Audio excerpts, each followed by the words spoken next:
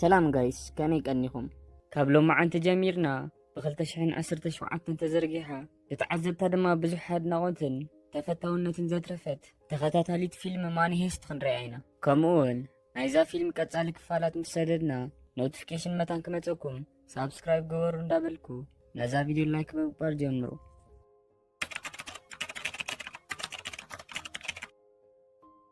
ፊልምና ጀመር ሓንቲ ብናይ ሚስጥር ስም ብናይ ጃፓን ርእሰ ከተማ ቶኪዮ ተባሂላ ትጽዋዕ መንእሰይ ካብ ድቃሳ ሰንቢዳ ክትባራበር ኮላ ርኢና እዩ። እቲ ካብ ድቃሳ ዘተሰኣ ነገር ድማ እታ ኣብ ጥቓኣ ተወሊዓ ዝነበረት ቴሌቪዥን እያ። ብድሕሪ እዚ ቶኪዮ ብዛዕባ ነፍሳ ክትነግረና ትጀምር። ስማ ቶኪዮ ከም ዝኾነ እታ ኣብቲ ቲቪ ከም ገበነኛ ትረአ ዘላ ጓል ንሳ ምዃናን ከምኡ ድማ ምስቲ ናይ ቀደም ኣፍቃሪኣ ኮይና ክሳብ ሕጂ ክሳብ 15 ግዜ ክሰርቁ ከለዉ ከም ዘይተታሕዙን ኣብ መወዳእትኡ ግን ብፖሊስ ተረኺቦም ኣፍቃሪኣ ብፖሊስ ተተኪሱሉ ኣብ ቅድሚ ዓይና ከም ዝሞተን ንሳ ድማ ነዚ ምስ ረኣየት ስምዒታዊ ምቁፅፃር ኣቢዋ ነቲ ሒዛቶ ዝነበረት ሽጉጥ ጌራ ንሓደ ፖሊስ ቀቲላቶ ከም ዝሃደመትን ትነግረና። ብድሕሪ እዚ ድማ ትረኻኣ ቀፂላ ኣብቲ ከባቢ ብፖሊስ ትድለ ስለ ዘላ ምናልባት እንተተታሒዛ ድማ ብውሕዱ 30 ዓመት ክፍረዳ ስለ ዝኽእል በብግዚኡ ትነብረሉ ቦታ እንዳቀየረት ግዚኣ ተናውሕ ከም ዘላ ትነግረና። ድሕሪ 11 መዓልትታት ምሕባኣ ግን ዝመፀ ይምፃ ኢላ ንደገ ክትወፅእ ኮላን ናብ ኣዲኣ ብናይ ጎደና ሞባይል ደው ኢላ ድማ ብጣዕሚ ከም ዝናፈቐታን ብዛዕባ ኣብ ዜና ትሰምዕዮ ዘለኽ ነገር ድማ ሓቂዩ ኢላ እንዳነገረታ ኮላ ኣዲኣ ግን ንሳ እውን ብጣዕሚ ከም ዝናፈቐታን ወላ ሓደ ሰብ ከይፈለጠ ድማ ንክራኸቡን ትነግራ። ቶኪዮ ድማ ብቕንዕና ነዲኣ ብጣዕሚ ናፊቐታ ስለ ዝነበረት ዝራኸባሉ ቦታ ነጊራታ ነታ ሞባይል ተዓፅዋ።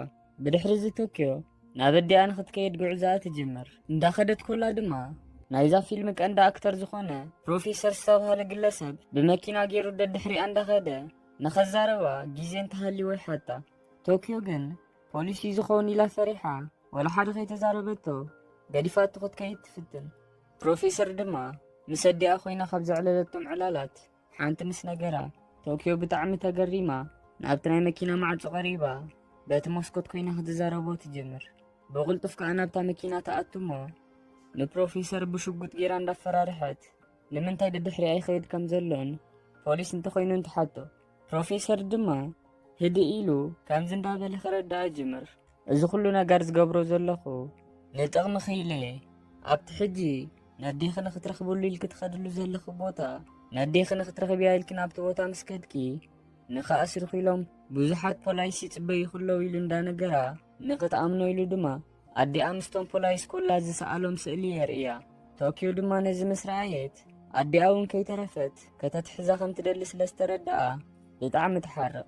ፕሮፌሰር ድማ ዘረብኡ ቀፂሉ ሕጂ ናብቲ ቦታ እንትኺድኪ እቶም ፖላይስ ሒዞም ከኣስርኹ እዮም። ኣነ ግን ንዓኺ ዝኸውን ዓብ ስራሕ ኣለኒ። እቲ ስራሕ ድማ ኣብ ታሪክ ናይ ዓለም ተራእዩ ዘይፈልጥ ብዙሕ መጽናዕቲ ድማ ዝተገብረሉን እቲ ስራሕ ብዓወት እንተተወዲኡ ድማ ክሳብ 2.5 ቢልዮን ዶላር ክሰርቁሉ ዝኽእሉ ባንክ ምዝራፍ ምዃኑ ይነግራ።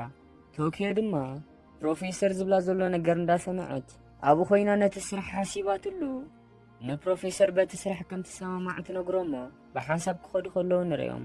ብድሕሪ እዚ ፊልምና እቶም ነቲ ናይ ባንክ ምስራቅ ስራሕ ተባሂሎም ብፕሮፌሰር ዝተዳለዉ ሰባት ይርኤና እሞ ኩሎም ተኣኪቦም ናብ ሓደ ዝኣረገ ገዛ ክኣትዉ ከለዉ ንሪኦም። ናብቲ ገዛ ድሕሪ ምእታውን ድማ እቶም ኩሎም ኣባላት ናይቲ ግሩፕ ኮፍ ኢሎም ፕሮፌሰር ድማ ብዛዕባ እቲ ስርቂ ከረድኦም ካብ መምህር ኣብ ቅድሚኦም ጠጠው ክብል ከሎ ንሪኦ። ቅድሚኡ ግን ንሱ ፕሮፌሰር ከም ዝበሃልን ንቐጻሊ 5 ወርሒ ድማ ብዛዕባ እቲ ናይ ባንኪ ምዝራፍ ነፍሲ ወከፍ ነገር ከም ዝምህሮም ይነግሮም። ከምኡውን ዝኾነ ሰብ በቲ ናይ ብሓቂ ስሙ ክፍለጥን ክፅዋዕን ከም ዘይብሉ እንዳነገሮም ናንሕድሕዶም ዝፀዋውዕሉ ናይ ኮድ ስም ንኽመርፁ ይነግሮም። ንሳቶም ድማ መጀመርታ ብናይ ፕላኔት ስም ዋላ እኳ እንተሓሰቡ ንሱ ምስ ከበዶም ድማ ብቁጥሪ ክገብርዎ ይፍትኑ። ብቁጥሪ ድማ ስለ ዝሓፀሮም ንሱን ከም ዘይከውን ተነጋጊሮም ኣብ መወዳእትኡ ብናይ ከተማ ስም ንክገብርዎ ይውስኑ። ኣብዚ ግዜ እዚ ድማ ቶኪዮ ትረኻኣ ቀፂላ ናይ ነፍሲ ወከፍ ኣባል ናይታ ግሩፕ ስምን ቅድሚ ሕጂ ዝገበርዎ ገበንን ክትነግረና ትጅምር። ትረኻኣ ድማ በቲ ብድሕሪኣ ኮይኑ ዝጥምታ ዘሎ ስሙ ድማ በታ ናይ ጀርመን ርእሰ ከተማ ዝኾነት በርሊን ዝቐየሩ ትጅምር። በርሊን ቅድሚ ሕጂ ኣብ 27 ዝተፈላለየ ናይ ስርቂ ገበናት ተጠርጣሪ ከም ዝኾነን መብዛሕትኡ ግዜ ድማ ዳይመንድን ክቡር ዕንቁታትን ይሰርቕ። ከምኡውን ኣብዚ ናይ ባንኪ ምዝራፍ ስራሕ ከም መራሒ ኮይኑ ከም ዝተመርጸ ትነግረና። ብድሕሪኡ ድማ ናብቲ ኣብ ጎና ኮፍ ኢሉ ዝነበረን ስሙ ድማ ብናይ ራሻ ርእሰ ከተማ ሞስኮ ኢሉ ዘቐየሮ ብዕድሚኡ ድማ ዓብይ ዝበለ ሰብኣይ ትወስደና። ሞስኮ ቀደም ኣብ ሓደ ናይ ማዕድን ዘውፅእ ካምፓኒ ተቖፂሩ ይሰርሕ ዋላ እኳ እንተነበረ ይኹን እምበር እቲ ዝተዋህቦ ስርሑ ገዲፉ ብውሽጢ ውሽጢ ብምኹዓት ካብ ባንኪ ገንዘብ ሰሪቑ ከም ዝነበረን በዚ ድማ ተኣሲሩ ከም ዝነበረ ትነግረና። ቀፂልና ድማ ድሕሪ ሞስኮ ኮፍ ኢሉ ዝነበረን ንሞስኮ ድማ ወዱ ዝኾነን ብኸባቢ ኣሜሪካ ዝርከብ ሓንቲ ከተማ ስሙ ዝገበሮ ዴንቨር ንሪኦ። ዴንቨር ቅድሚ ሕጂ ብናእስቱ ገበናት ተኣሲሩ ከም ዝነበረን መብዛሕትኡ ግዜ ድማ ብባእስን ብሓሽሽ ምሳጥን እዩ ዝፍለጥ ኢላ ትነግረና። ቶኪዮ ድማ ትረኸ ቀፂላ እቲ ንሳ ትፈትዎ ስሙ ድማ ብናይ ብራዚል ርእሰ ከተማ ሪዮ ዝገበሮ ተርእየና። ሪዮ ብናይ ኮምፒተር ክእለት ማለት ድማ ኮምፒተር ምጥላፍን ኣላርም ድማ ምዕፃውን ዝኽእሎ ሰብ ከም ዘየለን ካብ ወዲ 6 ዓመት ጀሚሩ ድማ ናይ ኮምፒተር ኮዳት የጽንዕ ከም ዝነበረ ትነግረና። ብድሕሪዚ ድማ ቶኪዮ ብዛዕባ እቶም ክልተ ማንታ ኣሕዋት ኦስሎን ሄልሲንኪን ክትነግረና ጀሚራ ክልቲኦም ኣብ ውግእ ዘለዎም ክእለት ኣብዚ ስራሕ ድማ ብሓይልን ብናይ ውግእ ክእለት ከም ዝጠቕምዎም ትዛረብ። ብድሕሪኦም ድማ ናብታ ተፃዋቲትን መስሓቕን ዝኾነት ስማ ድማ ብናይ ኬንያ ርእሰ ከተማ ናይሮቢ ላ ዘቐየረቶ ትወስደና።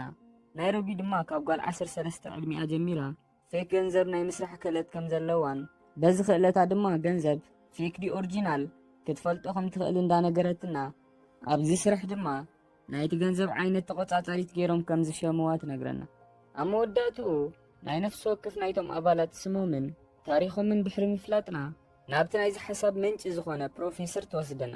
ክሳብ ሕጂ ፕሮፌሰር ዝኾነ ይኹን ናይ ገበን ሪከርድ ከም ዘይብሉ ነፍሲ ወከፍ ስርሑ ድማ ብጥንቃቐ ከም ዝሰርሕ ትነግረና። ብድሕሪዚ ፕሮፌሰር ትምህርቱ ቀፂሉ ኣብዚ ሕጂ ዝሰርሕዎ ስራሕ ነፍሲ ወከፍ ተግባሮም ብጥንቃቐ ክገብሩ ከም ዘለዎም ብተወሳኺ ድማ እቲ ዝሰርቅዎ ገንዘብ ናይቲ ህዝቢ ገንዘብ ስለ ዘይኮነ ርግፀኛ እቲ ህዝቢ ከም ዝፈትወና ኢሉ ይነግሮም። እቶም ኣባላት ድማ እንታይ ክሰርቁ ከም ዝሓሰበ ምስ ሓተትዎ ፕሮፌሰር ድማ ናብታ ብንእሽተይ ዝሰርሐ ገዛ እንዳመልከተ እቲ ዝሰርቅዎ ናይ ስፔን እቲ ዝዓበየ ናይ ገንዘብ መሕተሚ ባንክ ከም ዝኾነ ይነግሮም። ብድሕሪዚ ብዘይካ ፕሮፌሰር እቶም ካልኦት ኣባላት ናብቲ ባንክ ንምእታው ምድላዋት ክገብሩ ከለዉ ንሪኦም። ከምኡ ድማ ናብቲ ባንክ ምስ ኣተዉ ዘድልዮም ነገራትን መሳርሒ ካላሽናትን ብመኪና ጽዒኖም ናብ ሓደ ቦታ ይወስድዎም እሞ ኩሉ ምድላዋቶም ኣጻፊፎም ድማ እቲ ናይ ባንክ ምዝራፍ ስርሖም ካብ መጀመርታ ይጅምሩ። ኣብቲ ንሶም ዘለውዎ ከባቢ ድማ ኩሉ ግዜ ንጎሆ ሰዓት 9 ፈረቓን ነቲ ባንክ ዘድሊ ኣቑሑት ጽዒና ተሓልፍ ናይ ጽዕነት መኪና ከም ዘላን እዛ መኪና ግን ብፖሊስ ተሓለ ከም ትኸይድ ንርኢ። ናይ መጀመርታ ስርሖም ዝገበርዎ ድማ ነታ መኪና ብቕድሚትን ብድሕሪትን ጽርግያ ዓጢዮም ነታ መኪና ምስራቅ እዩ ነይሩ።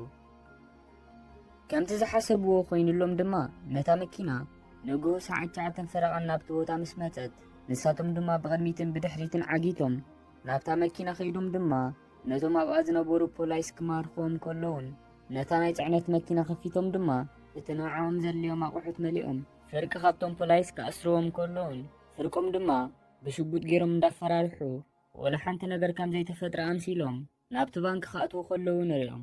ኣብ ተመሳሳሊ ግዜ ድማ ሓንቲ ናይ ቤት ትምህርቲ ባስ ኣብቲ ጥቓ ባንክ ጠጠው ትብል እሞ እቶም ኣብኣ ዝነበሩ ተምሃሮ ድማ ካብታ ባስ ወሪዶም ናብቲ ባንክ ክኣትዉ ከለዉ ንሪኦም።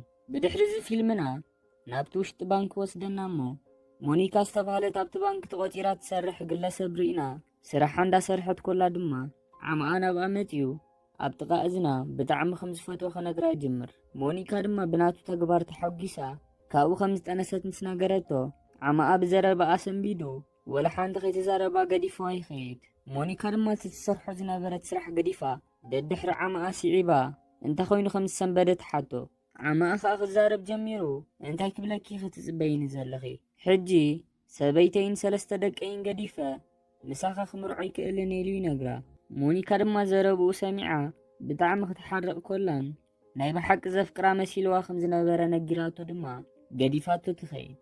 ዓማኣ ድማ ደድሕሪኣ ስዒቡ ተረዳኣ እንዳፈተነ ከሎ እታ በዓል በርሊን ዝነበርዋ መኪና ናብቲ ባንክ ተኣቱ እሞ ኩሎም ብቕልጡፍ ንላዕሊ እንዳተኮሱ ነቶም ኣብቲ ከባቢ ዘለዉ ፖላይስ ክማርኽዎም ከለውን ነቶም ሰራሕተኛታት ድማ ከንበርክኽዎም ከለውን ንሪኦም። ሪዮ ድማ በዓል ቶኪዮ ሽጉጥ ሒዘን ክኣትዎ ከለዋ እቲ ኣላርም ድምፂ ንኸይገብር ነቲ ናይ ባንኪ ኣላርም ጠሊፉ ድምፂ ከምዘይገብር ይገብረለን እሞ ቶኪዮን ናይሮቢን ድማ በቲ ናይቲ ባንኪ ናይ ቅድሚት መእተዊ ኣቴን ነቶም ኣብኡ ዝነበሩ ፖላይስ ክማርኽዎም ከለዋን ኣብቲ ቦታ ንዝነበሩ ህዝቢ ድማ ነቶም ዓንተቦይ ዝኣተዉ ተምሃሮ ከይተረፈ ኣብ ሓደ ቦታ ክእክብዎም ከለዉ ንሪኦም። ፕሮፌሰር ድማ ብወገኑ ናብቲ ባንኪ ከይኣተወ ኣብ ሓደ ናይ ሚስጢር ቦታ ኮይኑ ምስ ሪዮ ክዛረብ ከሎን ንሪዮ ድማ ኩሉ ናይቲ ባንክ ናይ ካሜራ ሲስተምን ናይ ኣላርም ሲስተምን ጠሊፍካ ኣነ ከም ዝቆፃፀሮ ግበሮ ኢሉ ይነግሮ እሞ ሪዮ እውን ከምቲ ፕሮፌሰር ዝኣዘዞ ይገብር። ብሽንቲ ቤት ድማ ምስ ፕሮፌሰር መራኸቢ ንክኾኖም ምስ ዝኾነ ይኹን ናይ ቴሌፎን መስመር ዘይተራኸበ ናይ ቴሌፎን ገመድ ናብቲ ባንኪ ከእትዉ ከለውን ስሒቦም ድማ ከውፅዎ ከለውን ንሪኦም። ብድሕዚ ድማ ቶኪዮ ንፕሮፌሰር ካብቶም ዓንተቦይ ዝኣተዉ ተምሃሮ እታ ንሕና እንደልያ ተምሃሪት የላን ኢላ ክትነግሮ ኩላ ርኢናያ ኣብኡ ከላ ድማ ኣብቲ ባንክ ነታ ጓል ክደልያ ትጅምር። ካብ ዘረብኦም ድማ እታ ጓል ስማ ኤዲሰን ከም ዝኾነን ንናይ ፕሮፌሰር ዕላማ ድማ ብጣዕሚ ከም ተድልዮምን ንርዳእ። ኣብ መወዳእትኡ ድማ ኩሎም እቶም ኣባላት ናብቲ ባንኪ ምስ ኣተዉ ሪዮ ናይቲ ባንኪ ናይ ቅድሚት ማዕጾ ይዓጽዎ። ብድሕሪ እዚ ድማ ፊልምና ናብታ ጠፊኣ ትበሃል ዘላ ተምሃሪት ኤዲሰን ወሲድና ኤዲሰን ምስ ኣፍቃሪኣ ኮይና ኣብ ሽቓእ ከለዉ ንሪኦም።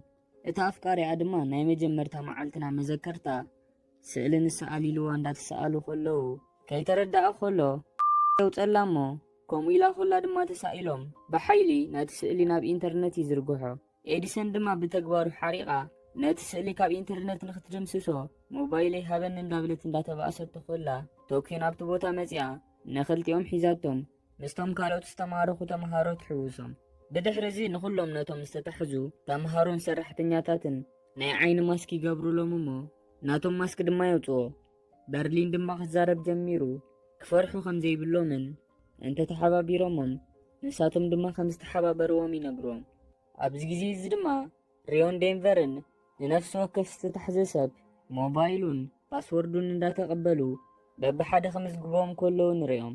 ብድሕሪ እዚ ዴንቨር ምስ ኣቦኡ ሞስኮ ኮይኑ ነቲ ናይቲ ባንክ ዝዓበየ ካዝና ይኸፍትዎ እሞ ዴንቨር ድማ ኣብቲ ካዝና ዝነበረ ገንዘብ ምስ ረኣየ ብተሓጓስ ኣብ ልዕሊኡ እንዳደቀሰ ነብኡ ሪካርዶ ኣብ መወዳእትኡ መዓል ክንደይ ሃብታማት ከም ዝኾንና ኢሉ ይነግሮ። ኣቦኡ ሞስኮ ድማ እዚ ኩሉ ነገር ዝረኽብዎ ዘለዉ ብኦም ዘይኮነስ በቲ ብድሕሪቶም ኮይኑ ብብልሓት ዝሓስብ ዘሎ ፕሮፌሰር ከም ዝኾነ እንዳነገሮ ኣብዚ ስራሕ ንኽዕወቱ ድማ ዝተኣዘዞ ኩሉ ነገር ንኽገብር ይመኽሮ። ሪዮን ቶኪዮን ብወገኖም ካብቶም ዝተታሕዙ ሰባት ዝዓከብዎን ሞባይላት ኩሎም በብሓደ ፓወር ኦፍ ድሕሪ ምግባሮም ብስርዓት ኣብ መንደቕ ከቐምጥዎን ከለዉ ንሪኦም። እዚ ማለት ድማ ዝኾነ ይኹን ናይ ሞባይል ደወል ካብቲ ባንኪ ክድወል ከም ዘይክእልን ናብቲ ባንኪ እውን ክኣቱ ከም ዘይክእልን ኮይኑ ማለት እዩ። እቲ ሓንቲ ንፕሮፌሰር ንምርካብ ዝድውሉላ መገዲ ድማ በታ ብሽንቲ ቤት ዘእተውዋ ናይ ቴሌፎን ገመድ እያ። ብድሕሪ እዚ ፊልምና ቅድሚ ናብቲ ባንኪ ምእታዎም ናብቲ ናይ ስልጠና ግዜ መልሰና እሞ ቶኪዮ ምስ ሪዮ ብጣዕሚ ክፋተዉ ከም ዝጀመሩን በዚ ድማ ሪዮ ዋላ እኳ ፕሮፌሰር ናይ ብሓቂ ስምኩም ኣይትዛረቡ ኢሉ እንተኣዘዞም ሪዮ ግን ናይ ብሓቂ ስሙ ዝተጻሕፈሉ ሰንሰለት ንቶኪዮ እንዳሃበ ብጣዕሚ ከም ዝፈትዋ ክነግራ ከሎ ንሪዮ። ብድሕሪ እዚ ናብዚ ሕጂ ዘለዎ ግዜ ተመሊስና ድማ ፕሮፌሰር ንበርሊን እታ ናይ መጀመርታ መደቦም ንኸጅምሩ ይነግሮ። እቲ መደብ ድማ ሪዮ ዴንቨርን ቶኪዮን ብሓንሳብ ኮይኖም ነቲ ካብ ካዝና ዘውፅኦ ገንዘብ ሒዞም ናብቲ ናይ ባንኪ መውፅኢ ኣፍ ደገ ቀሪቦም ነቲ ናይ ባንኪ ማዕጾ ከም ዝኸፍትዎን ፖላይስ ድማ ብደገ ኮይኖም እቲ ማዕጾ ከም ዝኽፈት ዘሎ ምስ ረኣዩ ናብቲ ቦታ ክመፁ ከም ዝጅምሩን ኣብዚ ግዜ እዚ ድማ በዓል ቶኪዮ ከም ተራ ሰራቂ ነቲ ገንዘብ ሒዞም ካብቲ ባንኪ ክሃድሙ ከም ዝደለዩን ይኹን እምበር ብፖሊስ ተኸልኪሎም ንምምሳል ድማ ምስ ፖሊስ ንእሽተይ ተታኺሶም መህደሚ ከም ዝሰኣኑ ናብቲ ባንኪ ተመሊሶም ንኽኣትዉ እዩ ነይሩ። ኣብዚ ግዜ ድማ እቲ ዝወፅሉ ግዜ ክኣርክል ጅምር እሞ ሪዮ ነቲ ናይ ባንኪ ማዕጾ ከፊትዎ ፖላይስ ናብቲ ቦታ ንክመፁ እንዳተጸበዩ ከለዉ እቲ ናይ ዓንተቦይ ንሞኒካ ዓማኣ ዝኾነ ኣርቱሮ ዝተባህለ ሰብኣይ ነቲ ኣይተውፅዎ ዝተባህለ ናይ ዓይኒ ማስክ ኣውፂኡ ክርኢ ከሎ በርሊን ይረኽቦ እሞ ናብኡ ቀሪቡ ድማ ነቲ ጌርዎ ዝነበረ ናይ ዓይኒ ማስክ ኣውፂኡ ገፀይ ጥዑይ ጌርካ ረኣየኒ እንዳበለ ክላገፀሉ ከሎን ነታ ናይ ዓይኒ ማስክ መሊሱ እንዳገበረሉ ድማ ማስኩ ከውፅእ ከሎ ካልኣይ ግዜ እንተረኺብዎ كم زقتلو نجيرو يخيد بدحر الزدما اتم بولايس تماعتو خمس تخفتا مسرعيو نابت بانك خماتو يجمرو توكي دما خابت استوهالتو جزي قديما وطيا مستم زماتو زنبرو بولايس متخاص تجمر ريو دما نزي مسرعيه نتوكيو نخشفنا الليلو كحجزا ناب دغاي وص بز دما خابت زادلن العلي مس بولايس متخاص يقصلو امونغو جن حدا خابتم بولايس نريو توكيو هارمو توكيو دما نزي مسرعيت بطعم حريقه كابت بروفيسور زناغروم سرحم كسرحو خلو ولا حدا سبكو غداي يخون كموت يولن يلو زازازوم تزاز وطيا نحدا بوليس توكيسات هارمو ابز غزي زي دما بعل دنفر ناب دغ وطيم نتوكيو شفنو لامو نريو حيزومو نابت بانكي ملسو بزغرم አጋጣሚ ግን ሪዮ እታስተተኮሰትሉ ጢት በእዝኑ ጨሊፋቱ ከም ዝሓለፈት ንርኢ ቶኪዮ ድማ ብስምባደ ዝኣክል ንሪዮ ሓቂፋቱ ክትበክ ኮላን እቶም ኣብቲ ደገ ዝነበሩ ፖላይስ ድማ እቲ ዝተፈጥረ ነገር ብሞባይል ክዘራረቡሉ ከለውን ተወሳኺ ሓይሊ ድማ ከም ዘድልዮም ክዛረቡ ከለዉ ሰሚዕና ማኒሄስት ምዕራፍ 1 ቀዳማይ ክፋል ኣብዚ ትውድእ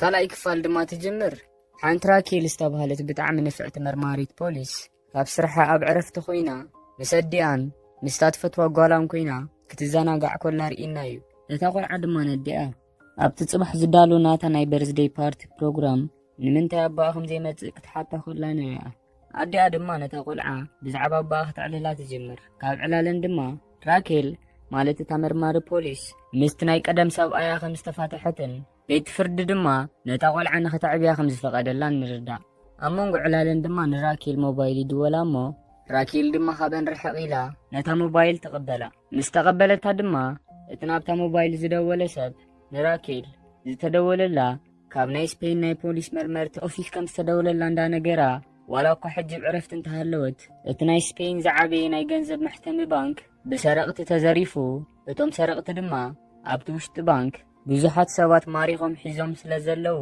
ምስቶም ሰረቕቲ እንዳተወራረድኪ ነዚ ጉዳይ ንኽትፈትሕዮ ብኣባላትና ተመሪፅ ክለኺሉ ይነግራ ራኬል ድማ በቲ ዝበላ ነገር ኣብኡ ኮላ ንእሽተይ ሓሲባ ብሓሳቡ ከም ዝተሰማምዐት እንዳነገረት ናብቲ ቦታ ተወስዳ መኪና ንኽሰደላ ትነግሮ ንሱ ድማ እታ ተወስዳ መኪና ኣብ ኣፍ ደገ ገዛእ ከም ዘላ ይነግራ ብድሕሪ እዚ ድማ ፊልምና ናብቲ ውሽጢ ባንክ ይወስደና እሞ በዓል ቶኪዮ ንሪዮ ሒዞሞ ናብቲ ባንክ ድሕሪ ምእታዎም ኮፍ ኢሎም በቲ ነገር እቲ ክዘራረቡ ከለዉ ንሪኦም ኣብዚ ግዜ እዚ ናይሮቢ ንሪዮ ቁስሉ እንዳሓከመትሉ ኮላ ዴንቨር ድማ ብናይ ቶኪዮ ተግባር ብጣዕሚ ሓሪቑ ከመይ ጌርካ ከም ዝትገብሪ ካብ ኩሉ ሓሊፍክስ ካብ ዕላማና ወፂኺ ክኮኑ ፖሊስ ሃሪምክ እንዳበለ ክዛረባ ከሎን ናይሮቢ ድማ ንዕዑ ሓጊዛቶ ልክዕ ከምቲ ዴንቨር ዝበላ ምስ በለታ ቶኪዮ ድማ ብዘረባኦም ብጣዕሚ ሓሪቓ ንሳ ናብቶም ፖላይስ ዝተኮሰት መጀመርያ ንሶም ክትኩሱ ስለ ዝጀመሩ እዮም እንዳበለት ከተረድኦም እንዳፈተነት ኮላ በርሊን ናብቲ ቦታ መፅዩ እቶም ኣብ ደገ ዝተሃርሙ ፖሊስ ወልሓንቲ ከይኮኑ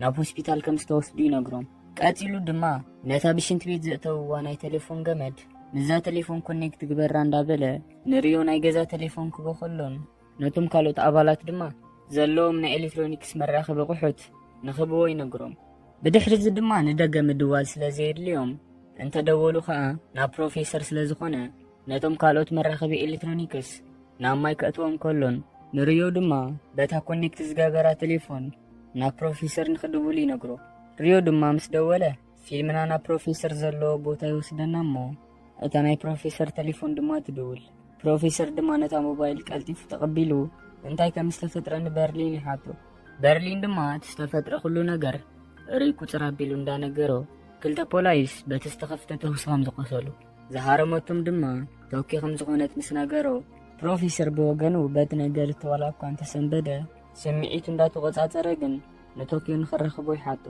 በርሊን ድማ ነታ ቴሌፎን ንቶኪዮ ምሳባ ፕሮፌሰር በቲ ናይ ሴኩሪቲ ካሜራ እንዳረኣያ ንምንታይ ከምኡ ከም ዝገበረት ይሓታ ቶኪዮ ድማ ብሕርቃን ከምኡ ዝገበረትሉ ምክንያት መጀመርታ እቶም ፖላይስ ናብኦም ገጾም ክትኩሱ ከም ዝጀመሩ ንሳ ድማ ንነፍሳን ንደቂ ጋንታኣን ንኽትከላኸል ኢላ ክትኩስ ከም ዝጀመረትን ከምኡውን ኩሉ ግዜ ዝኾነ ነገር ከምቲ ንስኻ ዝመደብከ ኣይኮነን ዝኸይድ ኢላቶ ኣብ እዝኑ ዓፅያቶ ትኸይድ በቲ ሓደ ወገን ድማ እታ መርማሪት ፖሊስ ዝኾነት ራኬል ናብቲ ቦታ ትመጽእ እሞ ምስቲ ሓጋጋዚኣ ዝኾነ መርማሪ ፖሊስ ኤንጅል ክትዘራረብ ኮላን ድሕሪ ሕጂ ነዚ ጉዳይ ንሳ ስለ ትሕዞ ድማ ክሳብ ሕጂ ዝረኸቡ ሓበሬታ እንተሃልዩ ንኽነግራት ሓቶ ንሱ ድማ ክሳብ ሕጂ ብዝረኸቡ ሓበሬታ መሰረት ኣብቲ ውሽጢ ባንኪ ካብ ተታሒዞም ዘለዉ ሰባት 35 ናይ ባንኪ ሰራሕተኛታት 11 ናይቲ ባንኪ ሴኩሪቲ ጋርድ ማለት ናይቲ ባንኪ ሓለውቲ ፖሊስ 17 ድማ ነቲ ባንኪ ክሪእዎ ኢሎም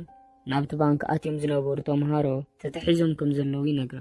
ናብ ደገ ወፂኦም ክሃድሙ ክፍትኑ ከለዉ ዝተረኣዩ 4 ሰረቕቲ ጥራይ ክኾኑ ከለዉ ቁፅሪ ናይቶም ሰረቕቲ ግን ካብዚ ንላዕሊ ክኸውን ከም ዝኽእል ይነግራ።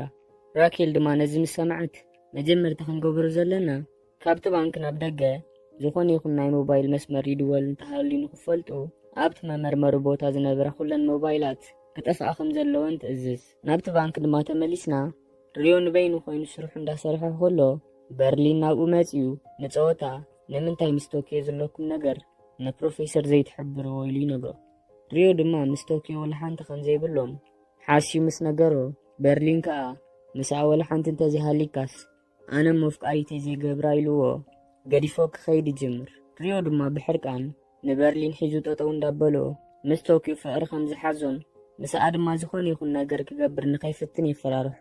በርሊን ድማ ነቲ ሓሪቑ ዘሎ ሪዮ ተረጋጊኡ ኮፍ ክብል ይነግሮ እሞ ህይወት ታሪኹ ክነግሮ ጀሚሩ ክሳብ ሕጂ 5 ግዜ ተመሪዑ 5 ግዜ ድማ ከም ዝተፋትሐን ኣብ 5ቲኡ ግዜ ድማ እዚ ንስኻ ትብሎ ዘለኻ ፍቅሪ ሒዝኒ ነይሩ ኢሉ እንዳነገሮ ከይተሃወኽካ ምስ ቶኪዮ ዘለካ ነገር እንትሓስብካሉ ይሓይሽ ይብሎ።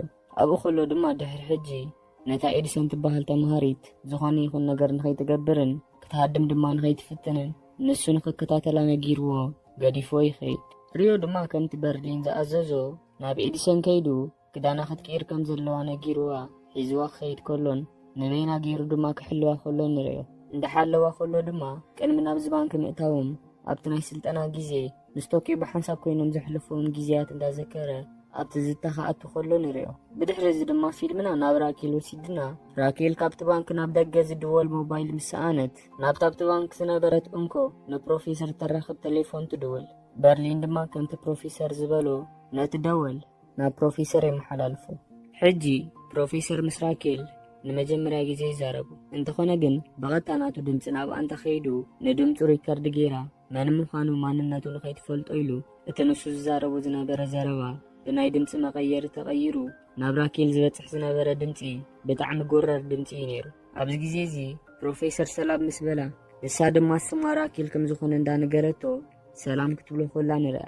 ፕሮፌሰር ድማ ዘረቡ ቀፂሉ ንሱ ክዛረብ ዝደሊ ምስቲ ዝኾነ ይኹን ሕቶ ተሓቲቱ ንላዕለዋይ ሓላፊ ክሓትት ኣለኒ ንኸይበለ መልሲ ክህቦ ዝኽእል ሰብ ክዛረብ ከም ዝደሊ ይነግራ። ራኬል ድማ ምስ ፕሬዚደንት ሮ ክራኽበካ እንዳበለት ክትላገፅ ጀሚራ ካልእ ክሓቶ ዝደሊ ነገር እንተሃልዩ ድማ ንኽነግራ ትነግሮ። ፕሮፌሰር ድማ ብዘስሐቕ መገዲ ዘይከውን ሕቶ ይሓታ። እቲ ሕቶ ድማ ሕጂ ምሳይ ክትዛረቡ ከለኺ እንታይ ዓይነት ክዳን ጌርክለኺ ዝብል እዩ ነይሩ። ንሳ ድማ ነዚ ሕጂ ዝሓተታ ሕቶ በይኖም እንተዝኾኑ ከም ትምልሰሉ።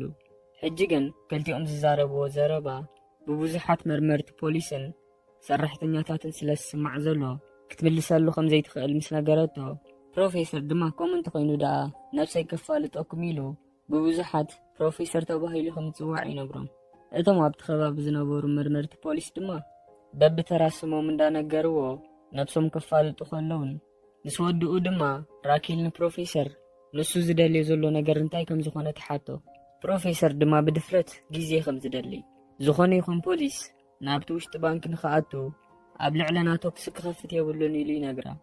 ራኬል ድማ በቲ ዝዛረባ ዘሎ ነገር ከም ትሰማማዕን እንተኾነ ግን ብውሕዱ እቶም ተምሃሮ ወላ ሓንቲ ዝፈልጥዎ ነገር ስለ ዘይብሎም ናይ ግድን ነፃ ክትሰዶም ኣለካ ኢላ ትነግሮ። ፕሮፌሰር ድማ ብዘስሐቕ መገዲ እዚ ትነግርኒ ዘለኺ ነገር ንኽገብር ብውሕዱ ኸማን እቲ ዓንተ ቦይ ዝሓተትኩ ክሕቶ ኣይመለስክለይን እኮ ኢሉ የዘክራ። ኣማራፂ ዝሰኣነት ራኬል ድማ እቲ ጌራቱ ዘላ ክዳን ወላ ሓንቲ ከየትረፈት ትነግሮ። ፕሮፌሰር ድማ እቲ ዝሓተትክን ሕቶ ክሓስበሉ ኢልዋ ነታ ሞባይል ይዓፅዋ። ብድሕሪ እዚ ድማ ራኬል ነቶም ኣብ ከባቢኣ ዝነበሩ ፖሊስን መርመርቲ ፖሊስን እቲ ባንክ ብፖላይስ ተኸቢቡ ንክሕሎ ከምኡውን ብሄሊኮፕተር ንክሕሎን ዝኾነ ይኹን ማይ ይኹን መግቢ ናብቲ ባንክ ንኸይኣቱ ትእዝዞም። ኣብ መንጎ ግን ካብ ካልእ ናይ ምርመራ ቦታ ዝመፀ ኮነሬል ፕሪቶ ዝተባሃለ ሰብ መግብን ማይን ናብቲ ባንክ ንኸይኣቱ ብምግባርኪ ወላ ሓንቲ ከተምፅኢ ትኽእልን ኢኺ እትእንኩ ክንገብሮ ንኽእል ነገር ኣዘንጊዕና ናብቲ ባንክ ሰቢርና ምእታዊ ኢሉ ይነግራ።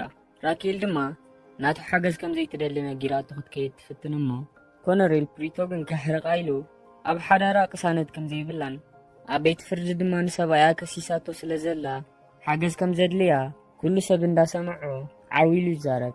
ራኬል ድማ ብዘረብኡ ብጣዕሚ ሓሪቓ ናብኡ ቀሪባ ኣብ ዘይምልከቶ ነገር ንኸይኣቱ እንዳነገረቶ ነቶም ኣብቲ ከባቢ ዝነበሩ ሰራሕተኛታት ድማ ናተይ ጉዳይ ክትፈልጡ እንተደሊኹም ንሰብኣየ ኣብ ቤት ፍርዲ ከሲሰዮ ኣለኹ እንዳበለት ዓዊላ ትነግሮም። ብድሕሪ እዚ ፊልምና ናብቲ ውሽጢ ባንኪ መልሰና እሞ ሪዮ ነቲ ሓለዋ ዝተባሃለ ተምሃሪት ኤዲሰን እንዳሓለወ ብሓሳብ ቅድሚ ናብዚ ባንክ ምእታዎም ኣብቲ ናይ ስልጠና ግዜ ኩሎም ብሓንሳብ ኮፍ ኢሎም ክዘናግዑ ከለዉ ክዝክር ይጅምር። ኩሎም ተኣኪቦም እንዳበሊዑ ከለዉ ድማ ነቲ ባንክ ናይ ምዝራፍ ስርሖም እንተተሳኺዒሎም ነቲ ዝረኽብዎ ገንዘብ ኣብ ምንታይ ከም ዘውዕልዎ ክዘራረቡ ከለዉ ንሪኦም። ኣብኡ ከለዉ ድማ ዴንቨር ብጣዕሚ ጽብቕትን ክብርትን መኪና ክገዝእ ክብል ከሎ ሪዮ ድማ ንበይነይ ዝነብረሉ መንበሪ ደሴት ይብል። ሞስኮ ድማ ብተርኡ በቲ ዝረኽቦ ገንዘብ ብጣዕሚ ጥዕምቲ ኣልቡን ብድምፁ ገይሩ ከም ዝሕትም እንዳተዛረበ ኣብኡ ኮይኑ ድማ ክደርፈሎም ይጅምር እሞ ኩሎም ብሓንሳብ ኮይኖም ክስዕስዑ ከለዉ ንሪኦም። ብድሕሪ እዚ ድማ ናብቲ ባንክ ተመሊስና በርሊን ናብቶም ዝተማረኹ ሰባት ከይዱ ንኹሎም ነቲ ናይ ዓይኖም ማስክል ከውፅኡ እንዳነገሮም ሕጂ ዝድቅስሉ መንፀፍን ዝበልዕዎ መግብን ከም ዝውሃቦምን ቅድሚኡ ግን እቲ ገይሮሞ ዘለዉ ክዳን ኣውፂኦም ንሶም ዝብዎም ዘለዉ ክዳን ንክገብሩ ይእዝዞም። ኣብዚ ግዜ እዚ ድማ እቲ ኣርትሮ ዝተባሃለ ሰብኣይ ንበርሊን ይፅውዕ እሞ ኣብዛ ኣብ ማእከልና ሕማም ልቢ ዘለዎምን ነፍሰ ጡራትን ተምሃሮን ስለ ዘለዉ ብውሕዱ ኸማን ንዕኦም ነፃ ስደዶም እንዳበለ ይዛረቡ። እንተኾነ ግን ዴንቨርን በርሊንን ተላጊፆምሉ ገዲፎሞ ኸዱ። ከምኡ ድማ እቶም ኣብ ደገ ኮይኖም ዝምርምሩ ዘለዉ መርመርቲ ፖሊስ እቲ ኣብ ውሽጢ ባንክ ዝፍጠር ዘሎ ነገር ንምፍላጥ ብጣዕሚ ክፅዕሩ ከለውን እንተኾነ ግን ወልሓንቲ ነገር ክረኽቡ ስለ ዘይከኣሉ ብጣዕሚ ክሓርቁ ከለውን ንሪኦም። ኣብዚ ግዜ እዚ ግን እቲ ንራኬል ተሓጋጋዚኣ ዝኾነ መርማሪ ፖሊስ ኤንጅል ክሳብ ሕጂ ዝኾነ ይኹን ኣብቲ ባንክ ዝርከብ ናይ ሞባይል ፍሪኩንሲ ክረኽቡ ከም ዘይከኣሉ ይነግራ። ራኬል ድማ እዚ ምስ ሰምዐት በዚ ነገር እዚ ብጣዕሚ ተገሪማ ናብ ደገ ነፋስ ንክትወስድ ትወፅእ እሞ ኣብ ደጉ ኺና ሽጋራ እንዳሰተይቲ ድማ ክትረጋጋእ ትፍትን። ኣብዚ ግዜ እዚ ግን ሙሉእ ብሙሉእ ዝተዓጥቁ ወተሃደራት ኣብ መኪና ተፃዒኖም ናብቲ ባንክ ገጾም ክኸዱ ከለዉ ትርኢ። ራኬል ድማ በዚ ብጣዕሚ ሓሪቓ ናብቲ መመርመሪ ቦታ ተመሊሳ ንኮነሬል ፕሪቶ እቶም ዝመፁ ዘለዉ ወተሃደር ንምንታይ ናብቲ ባንክ ገጾም ይኸዱ ኣለዉ ኢላ ትሓቶ። ንሱ ድማ ብዝተረጋግአ መንፈስ ብሓይሊ ተጠቂሞም ነቲ ባንክ ሰቢሮም ንኽኣትዉ ከም ዝሓሰቡ ይነግራ። ራኬል ድማ ካብ ናተይ ትእዛዝ ወፃኢ መን ከም ዝኣቱ ክርኤ ኢላ እንዳተዛረበት ኮላ ኮነሬል ፕሪቶ ግን ካብ ላዕሊ ዝመፀ ትእዛዝ ከም ዝኾነ ይነግራ። ራኬል ድማ ኣብዚ ግዜ እዚ በዚ ነገር እዚ ብጣዕሚ ሓሪቓ እቲ ዝካየድ ዘሎ ነገር ንኽረድእ እዋን እንተዘይኮይኑ ግን ባዕላ ናብቲ ላዕለዋይ ሚኒስተር ደው ኢላ ከም ትሓቶ ትነግሮ። ኮነሬል ፕሪቶ ድማ ንራኬል ሒዝዋ ናብ ደገ ይወፅእ እሞ ኣብቲ ውሽጢ ተማሪኾም ካብ ዘለዉ ሰባት ኤዲሰን ፓርከር ዝተባሃለት ተምሃሪት ጓሉ ንናይ ዩናይትድ ኪንግደም ኣምባሳደር ከም ዘላ ሕጂ ወላ ሓደ ሰብ ከይፈለጠ ከሎ ናብቲ ባንክ ሰቢሮም ኣትዮም ንዓኣ ከድሕንዋ ከም ዘለዎም እንተዘይኮይኑ ግን ንፅባሐይቲ ኩሉ ሰብ ምስ ፈለጠ ክመፅእ ዝኽእል ሳዕቤን ከረዳኣ ከሎን ራኬል ድማ እቲ ዝብላ ዘሎ ነገር ምስ ተረዳኣ ትዛረቦ ጠፊእዋ ድሌትካ ግበር ኢላ ተወስቕ ትብል። ብኻልእ ወገን ድማ ኣብቲ ናይ ስልጠና ግዜ ፕሮፌሰር ንኣባላቱ እንዳምሃሮም ከሎ ንተምሃሪት ኤዲሰን ብዕላማ ኮነ ኢሉ ከም ዝሓዛ ከምኡ ድማ ንሕና ናብቲ ባንክ ድሕሪ ምእታውና ፖላይስ ኤዲሰን ፓርከር ምሳና ከም ዘላ ምስ ፈለጡ ከይወዓሉ ከይሓደሩ ተዋጊኦም ንኤዲሰን ንኸድሕንዋ ኢሎም ከም ዝመፁ ስለዚ ድማ ኣብታ ናይ መጀመርያ ምሸት ክትዳለውለኩም ኢሉ ከረድኦም ከሎ ንሪኦ።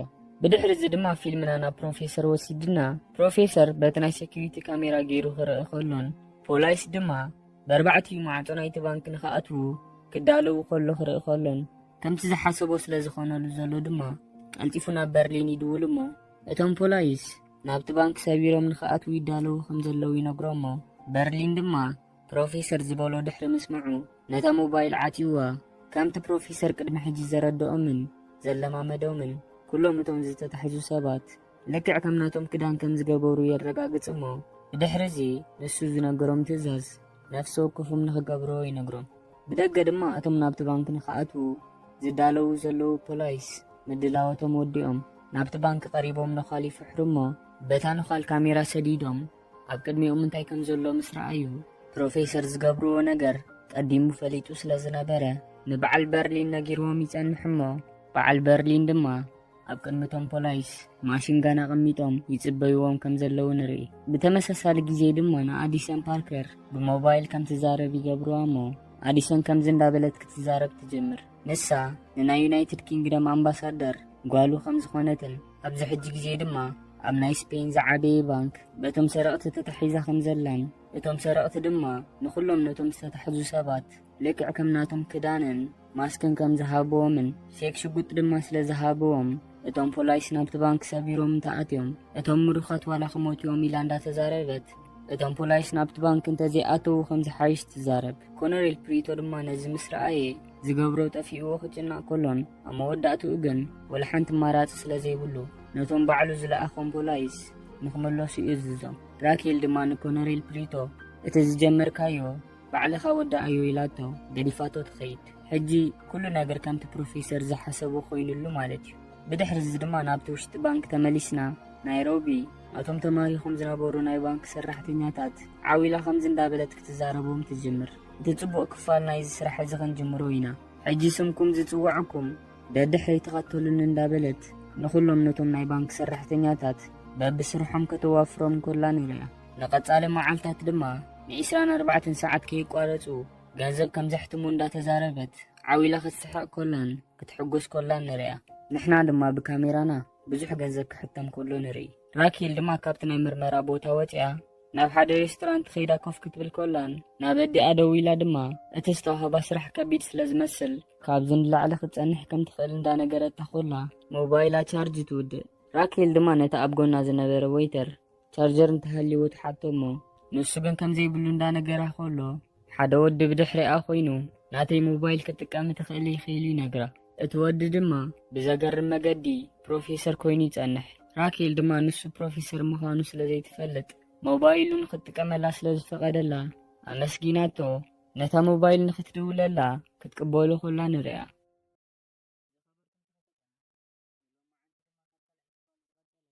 ራኬል ሞባይል ተዛሪባ ምስ ወደአት ነታ ሞባይል ንፕሮፌሰር ትመልሰሉ እሞ ፕሮፌሰር ድማ ከምዛ ዘይፈለጠ ኣብቲ ቲቪ ዝመሓላለፍ ዝነበረ ዜና ንሳ ክትዛረብ ኮላ ስለ ዝረኣያ ናይቲ ባንኪ ጉዳይ መርማሪት ፖሊስ እንተኮይና ይሓታ።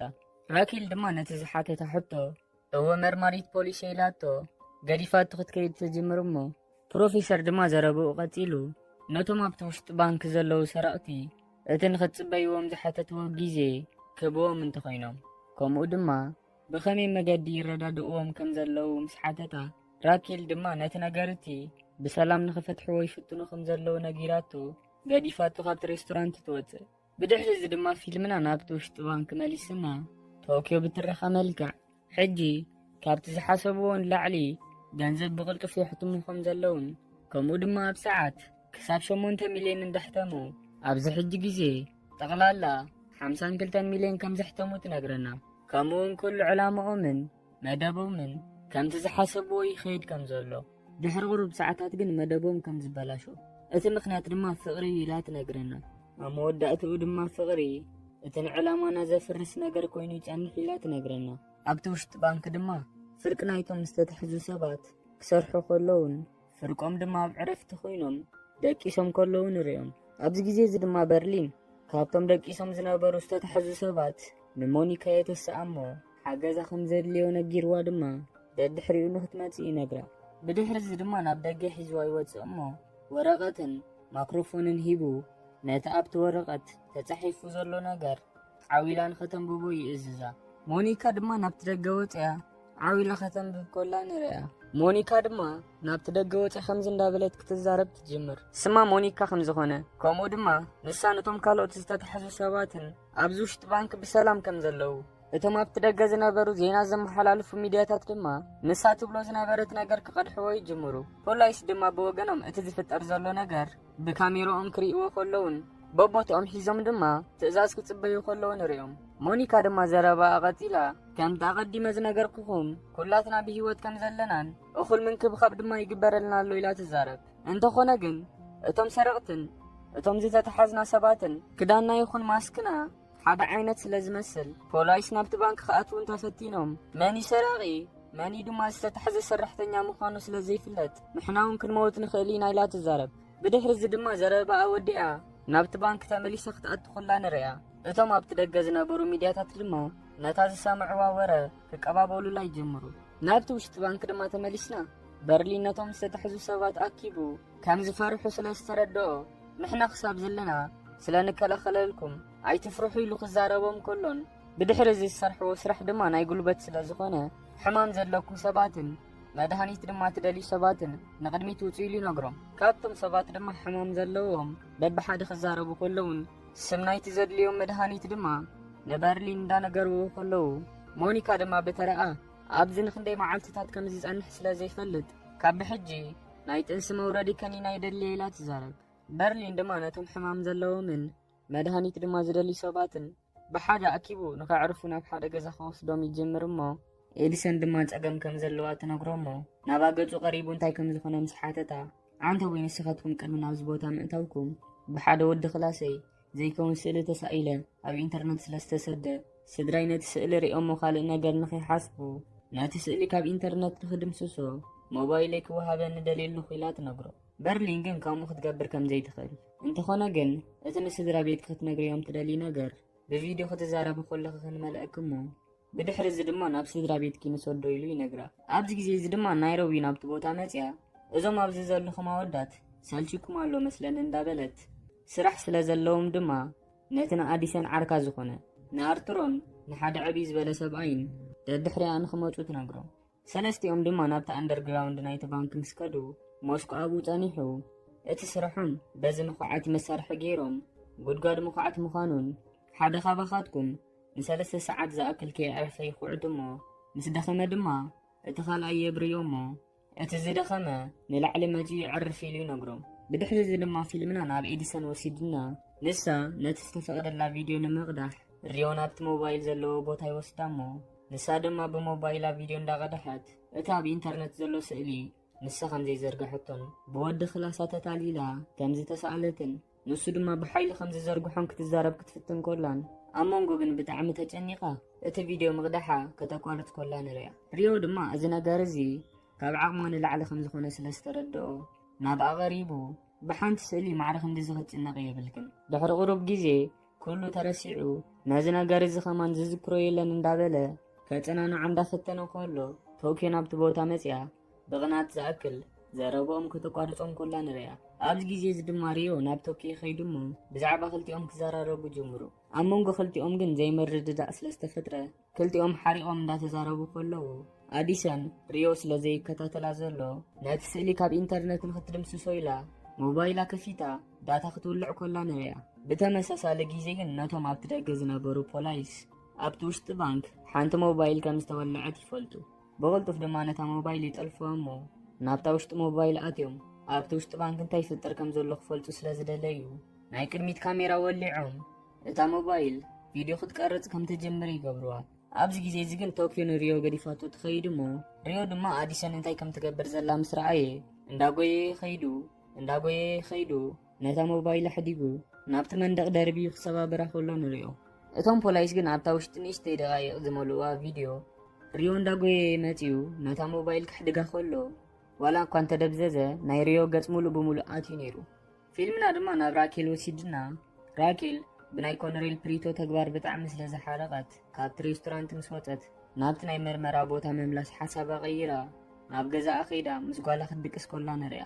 ንፅባሒቱ ንጎሆ ድማ ንራኬል ካብ መራሓ እያ ድወለላ እሞ እቲ ዝሃብኩ ስራሕ ክትገድፍዮ ከም ዝሓሰብኪ ሰሚዐ ከመይ ጌርኪ ብዙሓት ሰባት ኣብ ዝተታሕዝሉ ናይ ስርቂ ስራሕ ነቲ ስራሕ ክትገድፍዮ ሓሲብኪ ኣነኮ ካብ ኩሎም ሰራሕተኛታት ንዓኺ ስለ ዝኣመነ ነቲ ስራሕ ሂበኪ እንዳበለ ናብቲ ክትገድፎ ሓሲባቶ ዝነበረት ስራሕ ከም ትምለስ ይገብራ። ኣብኡ ከሎ ድማ ካብቶም ሰረቕቲ ናይ ሓደ ሰብ ማንነት ከም ዝተረኽበ ነጊርዋ ነታ ሞባይል ይዓፅዋ። ፊልምና ድማ ናብቲ ውሽጢ ባንክ መሊስና ኣብቲ ኣንደርግራውንድ ኮይኖም ዝፍሕሩ ዘለዉ ነቶም ሰለስተ ሰባት ርኢናዮም። ካብኦም ድማ እቲ ውዑይ ዝኾነ ኣርትሮ እዚኦም ሰረቕቲ ንዓና እኮ ከም መከላኸሊዮም ዝጥቀሙልና ዘለዉ እንዳበለ ነቶም ምስኡ ዝነበሩ ሰባት ከእምኖም ክፍትን ከሎን ነቲ ንኤዲሰን ዓርካ ሒዝዎ ድማ ናብቲ በዓል በርሊን ኣቑሑቶም ዘቐምጥሉ ቦታ ኸይዶም ነታ ኣብኡ ዝነበረ ኣቑሑት ክፍትሽዎ ከለውን ኣብኡ ድማ ፈንጅታትን ናይ ጢት ካዝናታትን ረኺቦም እንዳፈተሽዎ ከለዉ ሞስኮ ናብቲ ቦታ ይመጽእ እሞ ኣርትሮ ድማ ብጣዕሚ ስለ ዝደኸመ ክሳብ ምኻድ ከም ዝሰኣነ ሓሲኑ ሞስኮ ክነግሮ ከሎን ሞስኮ ድማ እንተ ደኺምካ ከምቲ ዝበልኩኻ ናብ ላዕሊ ኸይድካ ዓረፍ ኢሉ ይነግሮ። ብድሕሪ እዚ ድማ ራኬል ናይ ሓላፊኣ ዘረባ ምስ ሰምዐት ብናይ ሓላፊኣ ዘረባ ተተባቢዓ ናብቲ ናይ ምርመራ ቦታ ትኸይድ። ናብቲ ናይ ምርመራ ቦታ ኣትያ ድማ ንኮነሬል ፕሪቶ ሰላም ትብሎ እሞ ነቲ ትማሊ ዝረኸብዎ ቪድዮ ድማ ንኸርእይዋ ትሓቶም። ኩሎም ብሓሳብ ኮይኖም ነቲ ቪድዮ እንዳረኣይዎ ከለዉ ድማ ኣብቲ ቪድዮ ሓደ ነገር የስተውዕሉ። ንሱ ድማ ኣብቲ መንደቕ ተሰቒለን ዝነበራ ሞባይላት ሪኦም ናይቶም ዝተታሕዙ ሰባት ምዃነን ድማ ይፈልጡ። ራኬል ድማ ነዚ ዝረኸብዎ ነገራት ሒዛ ንፕሮፌሰር ንኸተሰንብዶ ኢላ ናብ ፕሮፌሰር ትድውል። ፕሮፌሰር ድማ ብህድኣት ነታ ሞባይል ተቐቢሉ ክዛረባ ጀምር። ከምኡ ድማ ዘረብኡ ቐፂሉ እስከ ንሎም መዓንቲ ካብዚ ናይ ስርቂ ዘረባ ወፂና ብዛዕባ ነፍስና ንዛረብ እሞ ንፋለጥ ኢሉ ይሓታ። ኣብኡ ከሎ ድማ ቅድሚ ሕጂ ንናይ ኣፍቃሪኣ ስምዒት ክትብል ሓስያ ትፈልጥ እንተኾይና ይሓታ። ራኬል ድማ በቲ ዝሓተታ ሕቶ ዋላ እኳ እንተሓፍረት እንተኾነ ግን ግድን መልስለይ ስለ ዝበላ እወ ሓስያ ይፈልጥ ኢላ ትምልሰሉ። ፕሮፌሰር ድማ መልሳ ሰሚዑ ልክዕ ከምዚ ንዓይ ድማ ትማሊ ሓሲኺ ክነግርክኒ ይብላ። ሕጂ ግን ዳሓን እቲ ናይ ትማሊ ንግደፎ እሞ ነቶም ኣብቲ ውሽጢ ባንክ ተታሒዞም ዘለዉ ሰባት መግብን ሓደ መድሃኒታትን ከም ዘድልዮም እንዳተዛረበ እቲ መድሃኒት ክመጽእ ከሎ ግን ብማይማዮ ፌስታል ማለት ኣብ ውሽጡ እንታይ ከም ዘሎ ብዘርኢ ፌስታል ክመጽእ ከም ዘለዎ ይነግራ። ከምኡ ድማ ንምንታይ ከም ዝደወለት ይሓታ። ራኬል ድማ ዘረባ ቐፂላ ሕጂ ዝደወልኩልካ ብቕልጡፍ ኢድካ ንኽትህብ ኢለ ምኽንያቱ ድማ ኣብቲ ውሽጢ ባንክ እንታይ ከም ትገብሩ ዘለኹም ዘርኢ ቪድዮ ከም ዝረኸብናን ካብ ኣባላትኩም ድማ ናይ ሓደ ሰብ ማንነት ፈሊጥና ኣለና እንዳበለት በዚ እንተቐፂልና ድማ ግዜ ክወስድ ይኽእል እምበር ኩላትኩም በብሓደ ክንረኸበኩም ኢና ኢላ ትነግሮ። ሕጂ ኢዱ እንተሂቡ ግን እቲ ናይ 16 ዓመት ተፈሪድዎ ዝነበረ ማእሰርቲ 8 ዓመት ከም ትገብረሉ ትነግሮ። ፕሮፌሰር ድማ ትዛረቦ ዘላ ነገር ሓሶት መሲልዎ ከም ቀደሙ ብኮንፊደንስ ክዛረብ ምስ ፈተነ ራኬል ድማ ብዛዕባ እተን ኣብቲ መንደቕ ሰቒሎም ምን ዘለዉ ሞባይላት ነጊራቶ ብዛዕባ እዚ ነገር እዚ ንኸሓስበሉ ድማ 1 ሰዓት ጥራይ ሂባቶ ከም ዘላ ነጊራቶ ነታ ሞባይል ተዓጥዋ። ፕሮፌሰር ድማ በቲ ዝሰምዖ ነገር ብጣዕሚ ሓሪቑ ናብቲ ውሽጢ ባንክ ናብ በርሊን ደው ኢሉ ኣብቲ ውሽጢ ባንክ ናይ ኩሎም ናይቶም ዝተታሕዙ ሰባት ሞባይሎም ኣኪቦም መን እንተኾይኖም ይሓቶ እሞ በርሊን ድማ እዋ ኣኪብናየን ኢና ኢሉ ምስ መለሰሉ ፕሮፌሰር ብወገኑ ካብቶም ዝተታሕዙ ሰባት ሓደ ሰብ ብሕቡእ ሞባይል ሒዙ ነቲ ኣብ ውሽጢ ባንክ ዘሎ ነገራት ብቪድዮ ብምቕዳሕ ናብ ፖላይስ ሰዲዱሎ ኢሉ ይነግሮ። ብተወሳኺ ድማ ነቲ ከምዚ ዝገበረ ሰብ ምስ ረኸብካዮ ባዕልኻ ስጉም ትውሰደሉ ኢሉ ይነግሮ። በርሊን ድማ ነዚ ምስ ሰምዐ ንሱ እውን ሓሪቑ ናቶም ዝተታሕዙ ሰባት ከይዱ ንኹሎም ጠጠው ንኽብሉ እንዳነገሮም ሓደ ካባኻትኩም ብሞባይል ቪድዮ ቀዲሑ ናብ ፖላይስ ከም ዝሰደደ እዚ ከይኣኽሉ ድማ ሕጂ እውን እንተኾነ ነታ ሞባይል ምስኡ ሓቢእዋ ከም ዘሎ ስለዚ ድማ እቲ ሰብ ባዕሉ መን ምዃኑ ክዛረብን ነታ ሞባይል ድማ ንዕኦም ንኽህቦምን ይእዝዞም። ኣብዚ ግዜ እዚ ድማ እቶም ዝተታሕዙ ሰባት መን ከም ዝኾነ ከም ዘይፈልጡን ንሳቶም ድማ ከም ዘይኮኑን ምስተዛረቡ በርሊን ድማ ንኹሎም በብሓደ ክዳውንቶም እንዳውፅአ ክፍትሾም ይጅምር። ሪዮ ድማ በርሊን ዝገብሮ ዘሎ ነገር ሪኡ ነብሱ ምኻል ስለ ዝኣበዮ ናብ በርሊን ከይዱ እንታይ ከም ዝተፈጥረ ከም ዝፈልጥ ይነግሮ። በርሊን ድማ ንሪዮ ሒዝዎ በይኖም ኮይኖም ናብ ዝዛረቡሉ ቦታ ይወስዶ እሞ ኩሉ እቲ ዝተፈጥረ ነገር ንኸረድኦ ይሓቶ። ነቲ ነገር እቲ ዝገበረቶ ተምሃሪት ኣዲሰን ከም ዝኾነት ምኽንያቱ ድማ ንሱን ቶኪዮን እንዳተዘራረቡ ከለዉ ከይረኣይዋ ስእላ ካብ ኢንተርኔት ንኽድምሰስ ክትብል ሞባይላ ከም ዝወልዐታን ኣብታ ቅጽበት እቲኣ ከዓ ንሞባይላ ጠሊፎም ቪድዮ ከም ዝቐድሑን ይነግሮ። በርሊን ድማ በትሪዮ ዝብሎ ዘሎ ነገር ብጣዕሚ ሓሪቑ ከምቲ ፕሮፌሰር ባዕልኻ ስጉም ትውሰድ ኢሉ ዝነገሮ ንሪዮ ናብቶም ክልተ ኣሕዋት ዝኾኑ ሄልሲንኪን ኦስሎን ይወስዶ እሞ ንሳቶም ድማ ካብ ገይግኡ ንኸመሃር ኢሎም ከም መቕፃዕቲ ክቕጥቅጥዎ ከለዉ ንሪኦም። ናብቲ ደገ ናብቶም መርመርቲ ፖሊስ ተመሊስና ድማ በቲ ዝረኸበዎ ናይ ሪዮ ስእሊ ብዛዕባ ናይ ሪዮ ማንነት ኣጻርዮም እቲ ሓቀኛ ስም ናይ ሪዮን ቅድሚ ሕጂ ድማ ተኣሲሩ ከም ዝነበረን ይፈልጡ። ብድሕሪ እዚ እቲ ብፕሮፌሰር ዝተኣዘዘ መግብን መድሃኒትን ይመጽእ እሞ ክልተ ሰባት ኮይኖም ድማ ናብቲ ውሽጢ ባንኪ እትውዎ። በርሊን ድማ ነቲ መድሃኒት ናብቶም መድሃኒት ዝደልዩ ሰባት የብፅሐሎም እሞ ካብቶም መድሃኒት ዝደልዩ ሰባት ሓንቲ ዝኾነት ሞኒካ ምስኦም ተሓዊሳ ኮፍ ኢላ ኮላ ዓንተቦይ ኣርትሮ እቲ ሕጂ ስኻ ትኸድዮ ዘለኹ ቦታ ናይ ቀደም ኦፊሰይ ስለ ዝኾነ ኣብትብኡ ዘላ ናይ ባድላኮት ናተይ ሞባይል ኣላሞ ኣውፂኺ ሒዝኪ ኣምፂ ኢልዋ ስለ ዝነበረ በእስሎ ትሕሎ ዋላ እኳ እንተሃለወት ብጣዕሚ ከም ዝፈርሐት እንዳምሰለት ካብቲ ጣውላ ነቲ መድሃኒት መውሓጢ ማይ ክትወስድ መሲላ ነታ ሞባይል ካብቲ ናይ ኣርትሮ ክዳን ኣውፂኣ ኣብ ጁባኣ ጌራታ ናብ ቅድሚኣ ኣስጠመተት። ዴንቨር ንዕኦም ዝኸውን መግቢ ሒዙ ናብቲ ቦታ መፂ ይጸንሕ። ካብተን ኣዋልድ ንሓንቲ ድማ ነቲ መግቢ ንኹለን ንኽትዕድለን ይነግራ እሞ ንሞኒካ ድማ ንበይና ክዛረባ ከም ዝደሊ ነጊርዋ ናብ ደገ ሒዝዋ ይወፅእ። ናብ ደገ ሒዝዋ ምስ ወፅእ ድማ ሞኒካ ነታ ሞባይል ከተውፅኣ ኮላ ዴንቨር ዝረኣያ መሲልዋ ብጣዕሚ ክትፈርሕ ኮላ ዴንቨር ግን ብዘገርም መገዲ ነቲ ጠኒሳቶ ዘላ ህፃን ከተስድዶ ከም ዘይብላ እንዳነገራ ናይ ገንዘብ ሽግር እንተሃልይዋ ድማ ካብዚ ዘሕትምዎ ዘለዉ ገንዘብ ብዙሕ ገንዘብ ከም ዝባ እንዳነገረ ንሕጂ ድማ ቁርብ ገንዘብ ይባ። ምክንያቱ ድማ ቀደም ንሱ ኣብ ናይ ኣዲኡ ማህፀን ከሎ ኣዲኡ ከተውርዶ ሓሲባ ከም ዝነበረት ሕጂ ግን ኣዲኡ ንሱ ብምውላዱ ብጣዕሚ ከም ትሕጎስ እንዳነገረ ነቲ ናይቲ ጥንሲ ምስዳድ ሓሳባ ከቐይራ እንዳፈተነ ከሎ በርሊን ናብቲ ቦታ መፂኡ ኣብ መንጎ ክልቲኦም እንታይ ከም ዝፍጠር ዘሎ ንዴንቨር ይሓቶ። ዴንቨር ድማ ክልቲኦም ክዘራርቡ ከም ዝፀንሑ ምስ ነገሮ ሞኒካ ከዓ ንዴንቨር በቲ ዝነገራ ነገር ከም ትሓስበሉ ነጊራቶ ገዲፋቶም ክትከይድ ትጅምር። ካብ ክልቲኦም ብዙሕ ከይረሓቐት ኮላ ግን እታ ዓንተው በይ ዝሰረቐታ ሞባይል ኣብ ውሽጢ ጅባ ኮይና ትድውል። ንሳ ድማ ከም ዝሰምዕዋ ስለ ዝተረዳኣ ብፍርሓት ዝኣክል ጠጠው ትብል። ኣብዚ ግዜ እዚ በርሊን ናብ ሞኒካ ከይዱ ነቲ ጌራቶ ዝነበረት ክዳን ብምኽፋት መጀመርያ ነቲ ዴንቨር ዝሃባ ገንዘብ የውፅኦ። ብድሕሪኡ ድማ ቀፂሉ ነታ ዝሓበእታ ሞባይል የውፅኣ። ናብ ዴንቨር ከይዱ ድማ ነቶም ካልኦት መምሃሪ መታን ክትከውን ንክቐትላ ይነግሮ። ዴንቨር ድማ ብናይ ሞኒካ ተግባር ብጣዕሚ ሓሪቑ ንሞኒካ ንምንታይ ከምኡ ጌርክ እንዳበለ ንክቐትላ ናብ ሸቓቕ ሒዝዋ ይኸይድ። ብድሕሪ እዚ ድማ ፊልምና ናብ ራኬል ወሲድና ራኬል ካብቲ ናይ ምርመራ ቦታ ወፅያ ናብቲ ብቐዳማይ ዝኽደቱ ሬስቶራንት ከይዳ ኮፍ ትብል። ፕሮፌሰር ድማ ንኻልኣይ ግዜ ናብቲ ሬስቶራንት መፅዩ ምስ ራኬል ክዕልል ይጅምር። ኣብኡ ከሎ ድማ እቲ ናይ ምርመራ ስራሓ ከመይ ይኸደላ ከም ዘሎን ኣብቲ ባንክ ድማ ክንደይ ሰረቕቲ ከም ዘለውን ተወሳኺ ሕቶታትን ክሓታ ይጅምር። ኣብዚ ግዜ እዚ ድማ ንራኬል ሞባይል ይድወለላ እሞ ምስ ተቐበለታ እቲ መሳርሕታ ዝኾነ መርማሪ ፖሊስ ኤንጅል ብዛዕባ ሪዮ መጽናዕቲ ምግባር ምስ ቀጸሉ ሪዮ ቅድሚ ቁርባ ዋርሕ ምስ ሓንቲ ጓል ኮይኑ ናብቲ ባንክ መፂኡ ከም ዝነበረ ናይታ ምስኡ ዝመፀት ጓል ማንነት ድማ ከም ዝረኸበዎን እንዳነገራ ናይታ ጓል ስእሊ ድማ ኣብ ሜሴጅ ሰዲደልክ ኣለኹ ይብላ።